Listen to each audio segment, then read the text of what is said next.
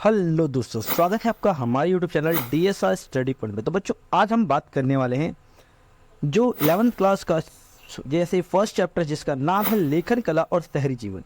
ये बच्चों इस वीडियो का सेकंड पार्ट है, थर्ड पार्ट है। फर्स्ट और सेकंड पार्ट अपलोड कर दिया गया है, तो आप जाके इस वीडियो को देख सकते हैं। तो अब इस वीडियो में हम बात करेंगे लेखन कला का प्रयोग। तो इसकी शुरुआत हम एक कहानी से करेंगे।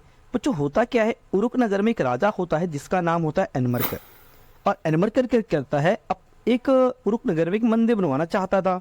और उन मंदिरों को, उस मंदिर जो था ना, उसको बहुमूल्य रत्न और आभूषण और मतलब लाजवत पत्थरों से सुसज्जित करना चाहता था। इसलिए अपने एक दूत को उसने बुलाया और उस दूत को अरट्टा नामक शासक के पास भेजा था लाजवत पत्थर लाने या मणि लाने के लिए। तो वो दूत क्या हुआ, वो निकल पड़ा अरट्टा के शासक के पास। तो वो निकलने के बाद ऊंचे नीचे पहाड़ों से गया रात की चांदनी में, और एक पहाड़ की तलहटी पे उसे एक सूसा जनजाति मिली जिसने उसे चूहों की तरह नमस्कार किया। उसने भी नमस्कार करते हुए कहाँ पहुंचा, अरट्टा के शासक के पास पहुंचा। अरट्टा के शासक से जब उसने मांगा, वैसे तो जो दूत था बच्चों वो काफी थक चुका था, और थकने के कारण क्या होता, अपनी बातों को स्पष्ट रूप से नहीं कह पाया अरट्टा के शासक के पास। ठीक है, तो अरट्टा के शासक ने उसे वापस भेज दिया। तो वापस वो दूत जो था, ठीक है, वापस एनमरकर के पास आया, और एनमरकर ने एक मिट्टी की पट्टिका पर लिखकर और राष्ट्रीय मोहर लगाकर दी। और फिर दोबारा वो जो दूत था वो अरट्टा के शासक के पास गया और लाजवत मणि और जो पत्थर थे वो ले आया। और इस प्रकार से यहाँ क्या हुआ बच्चों, लेखन कला का प्रयोग बढ़ गया था।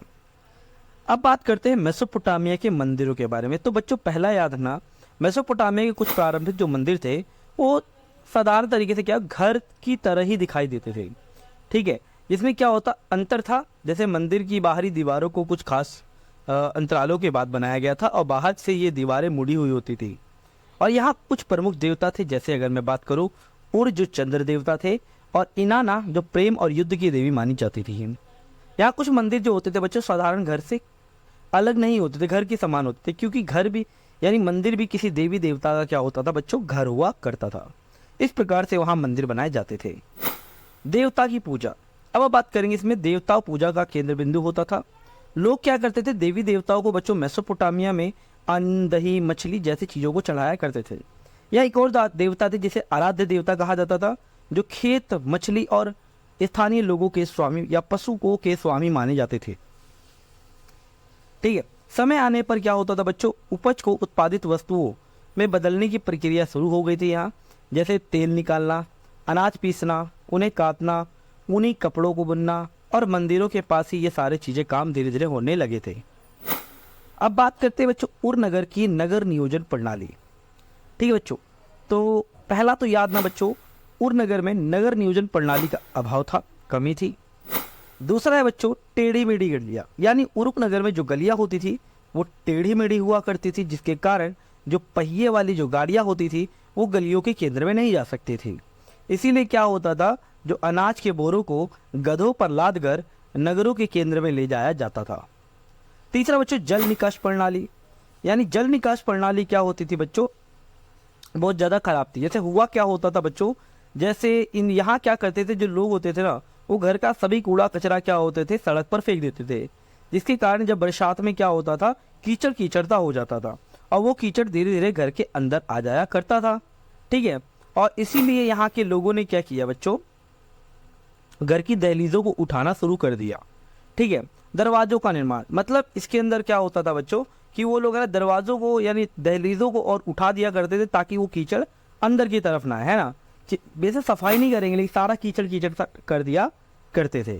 ठीक है, और यहाँ कुछ अंधविश्वास भी हुआ करता था, जैसे बच्चों, जैसे अगर घर का जो मुख्य द्वार है, मतलब घर की जो मतलब गेट है, अगर वो अंदर की तरफ खुलता था तो स्त्री सुख समृद्धि लेकर आती थी अपने पति के लिए, और घर का दरवाजा किसी अन्य के सामने खुलता था तो स्त्री या पत्नी अपने पति के लिए यातना और पीड़ा जैसी चीजों को लेकर आती थी।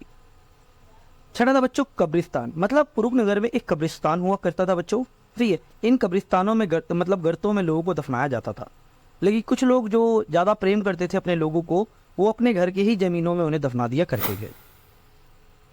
अब बात करें बच्चों खानाबदोश पशुचारक निश्चित रूप से शहरी जीवन के लिए खतरा थे। तो हाँ बच्चों, ये खतरा थे, गड़ेरिया पशु चारक मतलब क्या होते हैं, जो पशुओं को चराते हैं। तो जैसे होता क्या था बच्चों, किसान तथा गड़ेरियों के बीच अनेक झगड़े हुआ करते थे।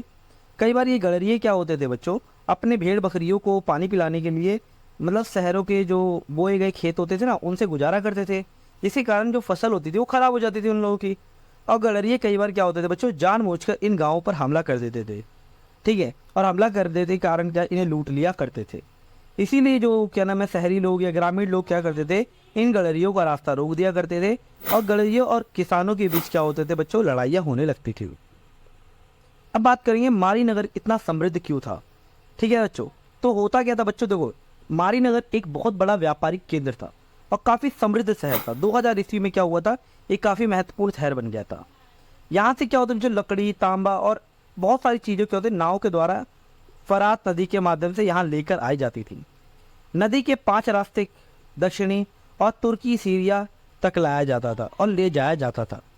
इसके साथ साथ जो बच्चों क्या होता, मारी नगर के जो यहाँ के अधिकारी होते, जैसे मारी नगर में जो कोई माल आता था तो यहाँ के अधिकारी क्या करते थे, उन मालों की जांच करते थे और उसमें से 10% कर वसूला करते थे, ठीक है। इन सभी कारणों से मारी नगर एक महत्वपूर्ण नगर बन गया था। अब बात करते हैं दुनिया को मेसोपोटामिया ने दिया क्या है बच्चों। तो पहला तो याद ना, कालगणना और गणित की परंपरा सबसे पहले मेसोपोटामिया ने दी है। और इसके साथ साथ 1800 में ना हमें यहाँ मेसोपोटामिया कुछ पट्टिकाएँ पाई गई है, जिसमें गुना भाग चरवर्ती ब्याज वर्ग वर्गमूल इन सब चीज़ों की हमें सूचियाँ मिली है। इसके साथ साथ बच्चों जानते हो, एक साल में 365 दिन होते हैं और एक साल में 12 महीने होते हैं, एक महीने में 4 हफ्ते होते हैं, है ना। एक हफ्ते में 7 दिन होते हैं, एक दिन में 24 घंटे होते हैं, एक घंटे में 60 मिनट होते हैं। ये पूरी जानकारी हमें सबसे पहले मेसोपोटामिया के लोगों ने दी थी। इसके साथ साथ सूर्य और चंद्र ग्रहण जो होता है ना बच्चों, और मास और दिन के अनुसार उनका हिसाब रखना, ये पूरी कालगणना किसने की, सबसे पहले मेसोपोटामिया ने की थी। इसके कारण शहरीकरण का विकास भी सबसे पहले कहाँ हुआ था बच्चों, मेसोपोटामिया में हुआ था। और रात में आपने देखा हो आकाश और तारामंडल को, तो उनकी जो स्थिति होती है, ये स्थिति एक्यूरेट स्थिति हमें सबसे पहले मेसोपोटामिया ने दी थी।